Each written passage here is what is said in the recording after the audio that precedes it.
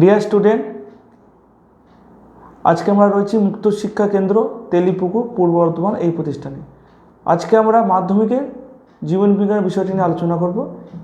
ইতিমধ্যে যে বিষয়গুলো অধ্যায়গুলো আলোচনা আছে তার পরবর্তী অধ্যায় হিসেবে আমরা আজকে বৃদ্ধি ও জনন এই অধ্যায়টি আলোচনা করব। আলোচনা প্রবেশ করার আগে প্রথমেই বলতে হবে কী কী ধরনের প্রশ্ন আসতে পারে। প্রশ্ন আসে বৃদ্ধি কী, বৃদ্ধির প্রধান শর্তগুলো কী, উদ্ভিদ বৃদ্ধির ক্ষেত্রে কী কী অগ্রগতি দরকার, এছাড়া জননের ক্ষেত্রে জননের প্রয়োজনীয়তা কী, উদ্ভিদ ও প্রাণী জননের পার্থক্য এবং উদ্ভিদ ও প্রাণীজনের বিভিন্ন যে জননের সম্পর্কে বিস্তারিত ব্যাখ্যা করব। তবে প্রথমে আমরা আসবো বৃদ্ধি সম্পর্কে। বৃদ্ধি কী? একটা স্বাভাবিক প্রশ্ন, বৃদ্ধির মাধ্যমেই একটা সব উঠে আসে। সেটা হচ্ছে বৃদ্ধি মানে একটা পরিস্থিতি থেকে অন্য পরিস্থিতিকে ক্রমশ বেড়ে যাওয়া, কোন জায়গায় সীমা না থাকে, বা সে যদি কেউ যদি কোনো প্রফেশনে থাকে তার জায়গায় উন্নতির ক্ষেত্রে বৃদ্ধি করছে।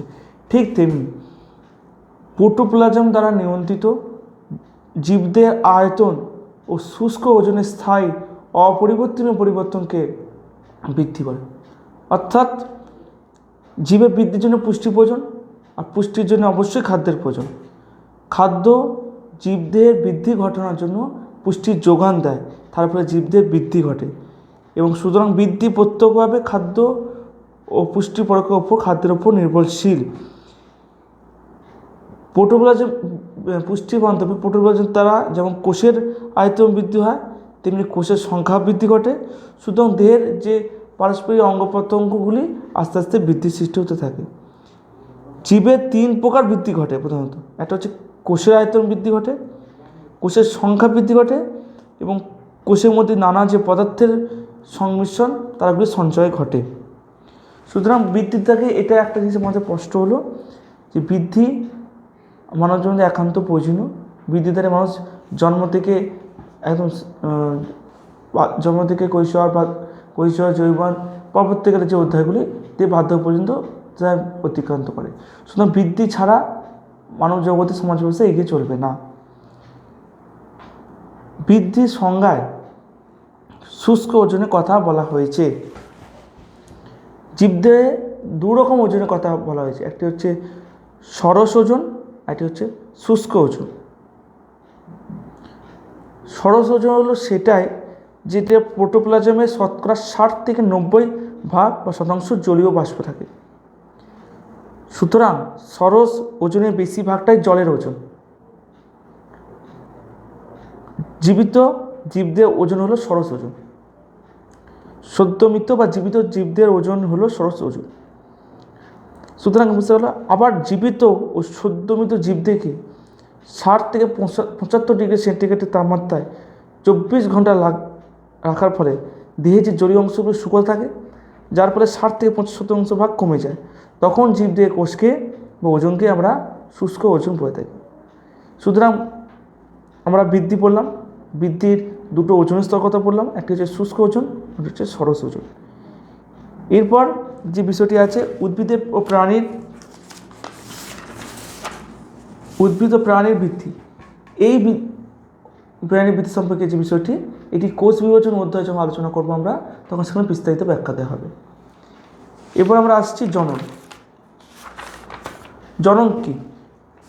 জনন হলো মানব জীবনে বংশগতিকে সৃষ্টি করা বা বংশগতিকে ধারাবাহিকভাবে বজায় রাখার জন্য জনন একটি গুরুত্বপূর্ণ ধর্ম। এই বংশধার সৃষ্ট নিজস্ব প্রজাতির অস্তিত্বকে টিকিয়ে রাখা এবং বংশধারাকে স্বাভাবিকভাবে বজায় রাখা। সুতরাং জননের সংজ্ঞা আমরা এইভাবে দিতে পারি, যে প্রক্রিয়ায় জনিত জীবনের দ্বারা নিজের আকৃতি ও প্রকৃতি বিশিষ্ট অপত্য জীব সৃষ্টি করে প্রজাতির অস্তিত্ব ও স্থায়িত্বকে টিকিয়ে রাখে, তাকে জনন বা রিপ্রোডাকশন বলে। সুতরাং মানুষ বা মানব সমাজ বা জননের ক্ষেত্রে নিজস্ব আকার ও আকৃতিকে অনুযায়ী একটি অপত্য জীবের সৃষ্টি করে এবং নিজের বংশগতিকে এগিয়ে নিয়ে চলে, একে আমরা জনন করি। এবার আসবে জননের সংজ্ঞা। জনন কেন প্রয়োজনীয়, কী কারণে জননের প্রয়োজন হয়? জননের প্রয়োজন হচ্ছে জননের মাধ্যমে জীব তার প্রজাতির সংখ্যা যেমন বাড়ায় একদিকে, তেমনি প্রজাতির অস্তিত্বকে টিকিয়ে রাখতে সাহায্য করে। 2 নম্বর, জননের মাধ্যমে বংশের ধারাবাহিকতা একটা সুনির্দিষ্ট ধারণকর্তা বজায় থাকে। 3, জননের মাধ্যমে পৃথিবীর জীবের ভারসাম্য বজায় থাকে। কেননা জননের মাধ্যমে যেমন মানুষের জন্ম হলে মানুষের মৃত্যু ঘটবে, মৃত্যুর সাথে সাথে যদি সেই স্বাভাবিক পদ্ধতিতে যদি মানুষের সমগ্র প্রাণ জগতে বা মানুষের জন্ম না ঘটে, তাহলে জন্ম মৃত্যুর যে ভারসাম্য সেটা কোনো মতেই বজায় থাকবে না। তার যৌন জননের দ্বারা সৃষ্ট অপত্য জীবে ভেদ ও প্রকরণ সৃষ্টি হয়, যা জীবের অভিব্যক্তিকে সহায়তা করে থাকে। এরপর অযৌন ও অঙ্গজ জননের দ্বারা উদ্ভিদ ও প্রাণীরা তাদের সমগুণ সম্পন্ন অপত্য জীবের সৃষ্টি করতে পারে। এখানে আমরা বলি তার বুঝতে পারো মূলত জননের মাধ্যমে যেমন একদিকে বংশগতিকে বজায় রাখে, তেমনি নিজের অস্তিত্বকে বজায় রাখে এবং জীবের জগতে ভারসাম্য বজায় রাখতে সাহায্য করে। জননকে আবার দুভাগে ভাগ করা যায়, একটি হলো অযৌন জনন, আরেকটি হলো যৌন জনন। তবে উদ্ভিদের ক্ষেত্রে এক প্রকার জনন দেখা যায়, সেটা হচ্ছে অঙ্গজ জনন। আবার মৌমাছি, পিঁপড়ে এদের ক্ষেত্রে অপুঞ্জনী বা পার্থেনোজেনেসিস নামক এক প্রকার জনন দেখা যায়।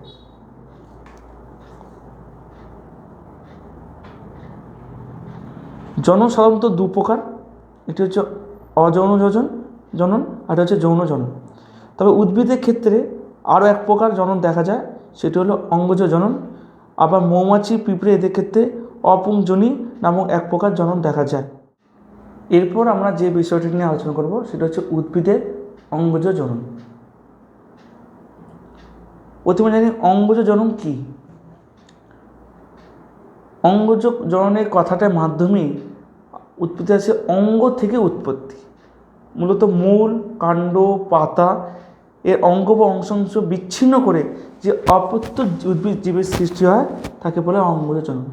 অঙ্গজ জননকেও তার মানে আমরা এখান থেকে বুঝতে পারলাম যে অঙ্গ থেকে বিচ্ছিন্ন করে কোনো মূল বা কাণ্ড, পাতা সেটা অংশ বা সেই অঙ্গাংশ বিচ্ছিন্ন হয়ে যে অপত্য জীবের বা অপত্য উদ্ভিদের সৃষ্টি হয় তাকে আমরা অঙ্গজনন বলি। অঙ্গজননকে দুভাগে ভাগ করা যায়, একটি হচ্ছে প্রাকৃতিক উপায়, অন্যটি হলো কৃত্রিম উপায়। তবে আমরা এবার এই প্রাকৃতিক উপায়ের মধ্যে কী কী পদ্ধতি দিয়ে করছি আমরা। প্রথমে হচ্ছে বিভাজন দ্বারা। ব্যাকটেরিয়া, এককোষী শৈবাল যেমন প্রোটোককাস ইত্যাদি ক্ষেত্রে জনিত কোষটি সাধারণ বিভাজন পদ্ধতিতে দুটি অপত্য কোষের সৃষ্টি করে, সেই অপত্য কোষ শেষে অপত্য জীবে পরিণত হয়। সুতরাং বিভাজন ঠিক এই পদ্ধতির মাধ্যমেই একটি নির্দিষ্ট পদ্ধতি অবলম্বন করে এই অপত্য কোষ থেকে অপত্য জীবে পরিণত হয়। এরপর যেটা আমরা আসবো বার্ডিং, যেটাকে বলা হয় অনেকের গম। ইস্ট নামক যে ছত্রাক আছে এই পদ্ধতিতে উদ্ভিদের বিস্তার ঘটে, বংশ বিস্তার করে।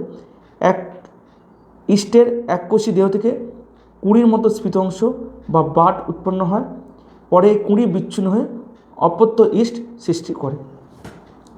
এরপর আমরা জননী আরেকটি উদ্ভিদ যখন হচ্ছে খুন্টি ভবন।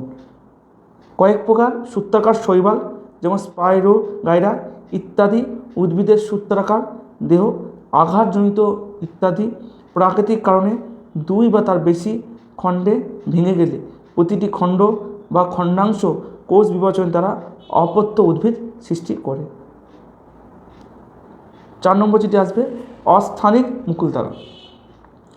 কয়েক প্রকার সপুষ্পক উদ্ভিদের দেহ থেকে অস্থানিক মুকুল সৃষ্টি হয়, সেখান থেকে অপত্য উদ্ভিদ সৃষ্টি হয়। যেমন পাথরকুচি পাতা থেকে পত্রজ মূল বা পত্রাশয়ী মূল উৎপন্ন হয়ে পাতা কিনা থেকে নতুন গাছ বা চারা গাছ জন্ম হয়। আবার গোলাপ, ডালিয়া, গেঁদা প্রভৃতি উদ্ভিদের কাণ্ড বা শাখার অংশ থেকেও কাণ্ডজ মূল উৎপন্ন নতুন চারা গাছ সৃষ্টি হয়। পটল, রাঙালু, ক্ষেত্র প্রভৃতি গাছের মূল থেকে অস্থানিক মুকুল উৎপন্ন হয়ে নতুন চারা গাছ সৃষ্টি হয়। এরপর আসবো পরিবর্তিত কাণ্ড দ্বারা। কয়েক প্রকার উদ্ভিদের পরিবর্তিত কাণ্ড থেকে বংশ বিস্তার হয়, যেমন আলু, আদা, পেঁয়াজ, ওল প্রভৃতি মৃদগত কাণ্ড থেকে মুকুল উৎপন্ন হয়ে নতুন চারাগাছ সৃষ্টি হয়। এবার আসছে অর্ধবায়ু কাণ্ড দ্বারা। কচু, আমরুলের ধাবক থেকে, স্ট্রবেরির বক্র ধাবক থেকে, চন্দ্রমল্লিকার উর্ধ্ব ধাবক থেকে ও কচুরিপানার ধাবক থেকে নতুন চারাগাছ সৃষ্টি হয়। এছাড়া বুলবুলের সাহায্যে চুপড়ি, আলু, কন্দস্পুত প্রভৃতি উদ্ভিদের স্ফীত কাক্ষিক মুকুল বা বুলবুল থেকে নতুন চারাগাছ সৃষ্টি হয়। এগুলি প্রাকৃতিক উপায়ে এই যে আলোচনা করলাম তার মধ্যে হচ্ছে বিভাজন দ্বারা, বার্ডিং, খণ্ডীভবন, অস্থানিমকুল দ্বারা, পরিবর্তিত কাণ্ড দ্বারা, অর্ধবায়ব কাণ্ড দ্বারা, বিলের সাহায্যে, এগুলি প্রাকৃতিক উপায়, এগুলি উদ্ভিদের অপত্যজীবী বা উদ্ভিদের সৃষ্টি হয়, উদ্ভিদের জন্ম বৃদ্ধি ঘটে। এবার কিছু ক্ষেত্রে কৃত্রিম উপায় প্রয়োগ করেও মানুষ তার প্রয়োজনীয় চাহিদা মেটানোর জন্য নতুন চারাগাছ সৃষ্টি করার পদ্ধতি আবিষ্কার করেছে। এই প্রক্রিয়াকে আমাকে অনেক ক্ষেত্রে জানি কলম বলে বলা হয়। সাধারণত বিভিন্ন প্রকারের ফুল ও ফলের চারাগাছ সৃষ্টির জন্য এই পদ্ধতি অবলম্বন করা হয়ে থাকে। তার মধ্যে প্রথম হচ্ছে শাখা কলম। গোলাপ, জবা, গেঁদা, সজিনা, আখ প্রভৃতি গাছের শাখা কেটে ভিজিয়ে মাটিতে রোপণ করে নতুন গাছ সৃষ্টি করা হয়। তারপর হচ্ছে গুটি কলম। গোলাপ, আম, লেবু, পেয়ারা প্রভৃতি গাছের নির্বাচিত অংশ ছাল কেটে সেখানে মাটি প্রলেপ দিয়ে খড়ের সাহায্যে ঠেকে দড়ি দিয়ে জড়িয়ে গুটি তৈরি করা হয়। মাঝে মাঝে জল দেওয়া হয় এবং ওই অংশ থেকে উৎপন্ন মূল শাখাটিকে গাছ থেকে কেটে বিচ্ছিন্ন করে মাটিতে লাগালে নতুন চারাগাছ সৃষ্টি হয়। এরপর আমরা যে আসবো জোড় কলম। দুটি এক জাতীয় উদ্ভিদে একটি শাখা বা মুকুল বক্রভাবে কেটে অপর একটি শাখা বা কাটা অংশকে জোড়া লাগিয়ে বেঁধে দেওয়া হয়। যে অংশটির ওপরটি লাগানো হয় তাকে বলে স্টক, যে গাছের অংশ জোড়া হয় তাকে বলে শিয়ন। সুতরাং এই দুটো অংশ একে অপরে পরিপূর্ণভাবে জুড়ে থাকে। পরে শিয়ন বিকশিত হয়ে অপত্য উদ্ভিদ সৃষ্টি করে। এই প্রক্রিয়ায় অপত্য উদ্ভিদটিকে শিয়নের গুণসম্পন্ন হয়ে থাকে। শিয়ন সর্বদা স্টক অপেক্ষা উন্নত হয়, যেমন আম, গোলাপ, পেয়ারা ইত্যাদি গাছে এই প্রক্রিয়া দ্বারা চারাগাছ তৈরি হয়। শেষ হচ্ছে দাবা কলম।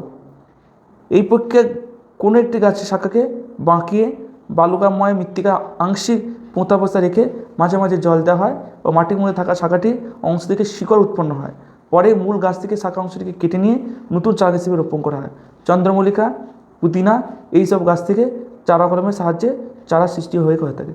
সুতরাং প্রাকৃতিক উপায়ের দ্বারা আমরা কিছু আলোচনা করলাম, কৃত্রিম উপায়ের দ্বারাও যেগুলো আলোচনা করলাম তার মধ্যে প্রথম হচ্ছে শাখা কলম, তারপর হচ্ছে গুটি কলম, তারপর হচ্ছে জোড় কলম এবং শেষ হচ্ছে দাবা কলম।